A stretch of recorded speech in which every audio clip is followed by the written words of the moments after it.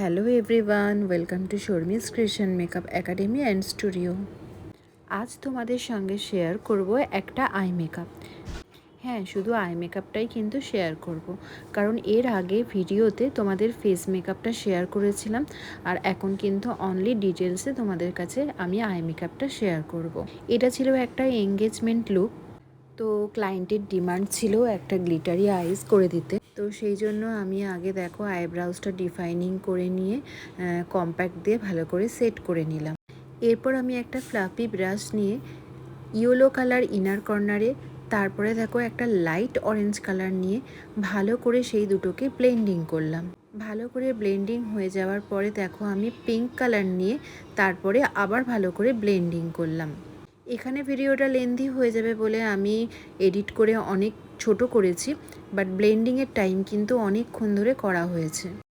এরপর violet colour নিয়ে outer কর্নারে দেওয়ার পরে ভালো করে ব্লেন্ড করে একটা কালারের সাথে আর একটা কালার ভালো করে ব্লেন্ড করে মিশিয়ে দিলাম।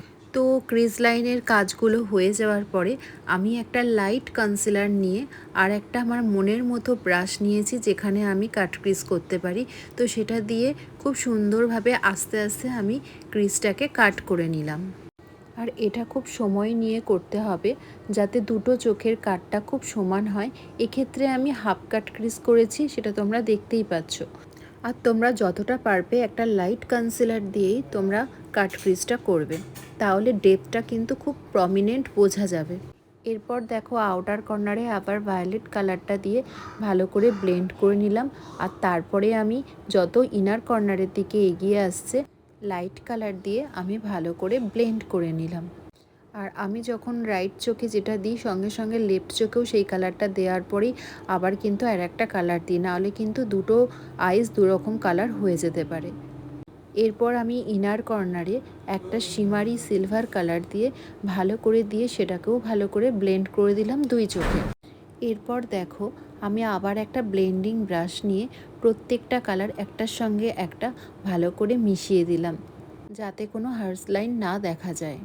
তো আমার মেকআপের ভিডিওগুলো তোমাদের কেমন লাগে সেটা তো অবশ্যই জানিয়েছো। এর সাথে সাথে তোমরা সেটাও জানিও যে তোমরা কোথা থেকে আমার ভিডিওটা দেখছো। আর ভালো লাগলে কিন্তু অবশ্যই একটা লাইক কমেন্টস করে দিও। আর যাই হোক, এরপরে তোমরা দেখো যেখানে আমি সিলভার কালারটা দিয়েছিলাম আর সিলভার আর পিঙ্কের মাঝে একটু ইয়েলো কালার দিয়ে ভালো করে ব্লেন্ড করে নিলাম। এরপর আমি একটা 2A জেল দিয়ে নিলাম, কারণ আমাকে গ্লিটার ইউজ করতে হবে। এখানে আমি একটা সিলভার কালারের গ্লিটার ডাস্ট গ্লিটার ইউজ করেছি, আর 2A জেলটা আমি মেকআপ স্টুডিও ইউজ করেছিলাম। আর তোমরা দেখতেই পাচ্ছ আমি গ্লিটারটা ইনার কর্নারে আর লিড এরিয়া দিকে অল্প আমি গ্লিটার দিয়ে সেটাকে ভালো করে মিশিয়ে দিলাম। আমি কিন্তু আউটার কর্নারের দিকে কোনো গ্লিটার ইউজ করিনি। এইবার আইলাইনারের পালা। আইলাইনারটা আমি এক্ষেত্রে একটু সরুর ওপরই করেছি, কারণ ওর লিডটা খুব একটা বড় নয়, তার জন্য খুব সরু করে আইলাইনারটা পরিয়েছি। আর আমি আইলাইনার ইউজ করেছি ফরএভার 52 লিকুইড আইলাইনার। এই আইলাইনারটা ছাড়াও আমি অনেক সময় ইংলটের লিকুইড আইলাইনারটা ইউজ করে থাকি, কারণ লাইনারটা দেওয়ার সাথে সাথে ভীষণ সুন্দরভাবে ড্রাই হয়ে যায় আর ব্ল্যাক কালারটাও ভীষণ ভীষণ ডার্ক। তো দেখতে দেখতে দেখো আমার আই মেকআপটা কমপ্লিট। আই মেকআপের পরে আমি ফেস মেকআপ করেছিলাম।